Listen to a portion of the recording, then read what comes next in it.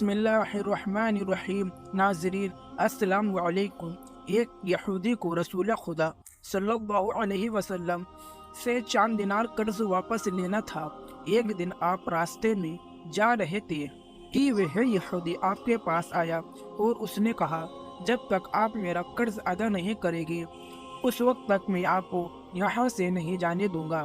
نبی اکرم صلی اللہ علیہ وسلم نے فرمایا، اس وقت ادائیگی کے لیے میرے پاس کچھ بھی نہیں ہے۔ یہودی نے کہا، جب تک آپ میرا قرض واپس نہیں دیں گے میں بھی آپ کو یہاں سے جانے نہیں دوں گا۔ آپ نے فرمایا، اگر یہ بات ہے تو میں تیرے ساتھ ہی بیٹھ جاتا ہوں۔ یہ کہہ کر آپ اس کے ساتھ بیٹھ گئے۔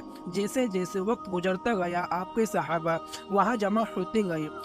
جب انہوں نے یہودی کی یہ جسارت دیکھی تو انہوں نے اس کو سزا دینے کا ارادہ کیا۔ آپ نے انہیں ہر طرح کی تعداد بھی کروائی سے روکا دیا اور فرمایا کہ تم دور چلے جاؤ۔ حکم رسول کے تحت صحابہ دور چلے گئے۔ سورج لمحہ لمحہ گرم ہو رہا تھا اور اس کی تپش سے آپ کو عجیب پہنچ رہی تھی، یہاں تک کہ آپ کے چہرہ طہر سے پسینہ بہنے لگا۔ اس کے باوجود اپنے کسی طرح کے غصہ کا اظہار نہ کیا اور کوئی سخت ظلم نہ کہا۔ آپ سارا دن وہیں بیٹھے رہے اور ظہر، عصر اور مغرب عشاء کی نماز وہیں پڑھی۔ پھر رات ہو گئی، آپ نے رات بھی وہیں بسر کی اور فجر کی نماز بھی وہیں پڑھی۔ صحابہ یہودی کو ڈرانے دھمکانے لگے۔ آپ نے فرمایا، تم اس سے یہ کیسا سلوک کر رہے ہو؟ صحابہ نے کہا، یا رسول اللہ، اس کی یہ جرت کہ آپ کو گمال بنا کر اپنے پاس بٹھا لے۔ حضرت صلی اللہ علیہ وسلم نے فرمایا، اللہ نے مجھے اس لیے نہیں بھیجا کہ میں کسی ہم پیغام یا کسی پر ظلم کروں۔ جب دن چڑھا تو یہودی نے کلمہ اسلام پڑھتے ہوئے کہا، اشہد ان لا الہ الا اللہ و اشہد ان محمدا عبدہ و رسولہ، میں اپنی دولت کا ایک حصہ راہ خدا میں دیتا ہوں۔ میں نے آپ کو اس لیے نہیں روکا تھا کہ میں آپ کی توہین کروں، اس ذریعے سے میں اپنے پیغام صبر کو آزمانا چاہتا تھا، کیونکہ تورات میں نے آپ کی یہ صفت پڑھی ہے، محمد بن عبداللہ مکہ میں پیدا ہوگا اور طیبہ کی طرح ہجرت کرے گا۔ وہ تند ہو اور سخت مزاج اور بہودہ گوئی کرنے والا نہ ہوگا اور کوئی جھوٹی بات زبان سے نہیں کہے گا۔ اس طرح سے میں نے آپ کو یہاں کھینچ کر اس بات کی تصدیق کی ہے کہ تورات نے بالکل سچ کہا تھا۔ رسول اکرم صلی اللہ علیہ وسلم نے اس بار رسالت ہونے کے 3 سال بعد تک خفیہ طور پر دعوت اسلام دیتے رہے۔ اس کے بعد اللہ تعالیٰ نے آپ کو حکم دیا کہ آپ کھل کر اللہ کا پیغام پہنچائے اور لوگوں کو خدا کی طرف دعوت دے۔ مکہ میں حج شروع ہوئے تو پورے جزیرۃ العرب سے لوگ مکہ کی طرف آنا شروع ہوئے۔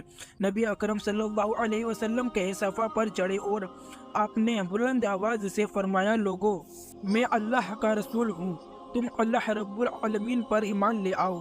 لوگ آپ کی طرف متوجہ ہوئے اور انہوں نے تعجب سے یہ اعلان سنا اور سب کی خواہش ہوئی کہ وہ اعلان کرنے والے کو دیکھے۔ پھر آپ صفا سے اتر کر مروہ آئے اور وہاں پر بھی آپ نے 3 بار یہی اعلان کیا۔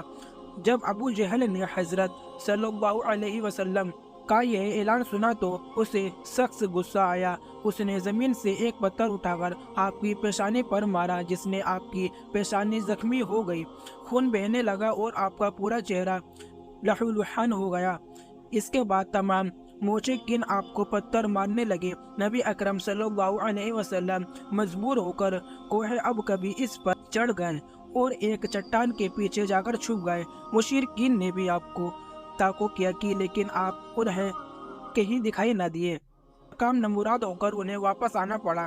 اسی آثار میں ایک شخص نے حضرت علی علیہ السلام کو اس واقعے کی اطلاع دی اور کہا کہ میرا خیال یہ ہے کہ محمد مارے جا چکے ہیں، نا باللہ۔ یہ سن کر حضرت علی علیہ السلام کو شدید دکھ ہوا اور آپ ام المؤمنین حضرت خدیجہ الکبریٰ صلی اللہ علیہ وسلم کے پاس آئے اور ان سے کہا، میں نے سنا ہے کہ مشرکوں نے رسول خدا صلی اللہ علیہ وسلم پر سنگ باری کی ہے، اور بعض لوگوں کا یہ گمان ہے کہ نبی اکرم شہید ہو گئے۔ آپ روٹی اور پانی اٹھائیں اور میرے ساتھ انہیں تلاش کرنے کے لیے چلے، ممکن ہے ہمیں ان کا کہیں نشان مل جائے۔ آپ وادی پر نظر رکھیں اور میں پہاڑ کے دامن میں آپ صلی اللہ علیہ وسلم کو تلاش کرتا ہوں۔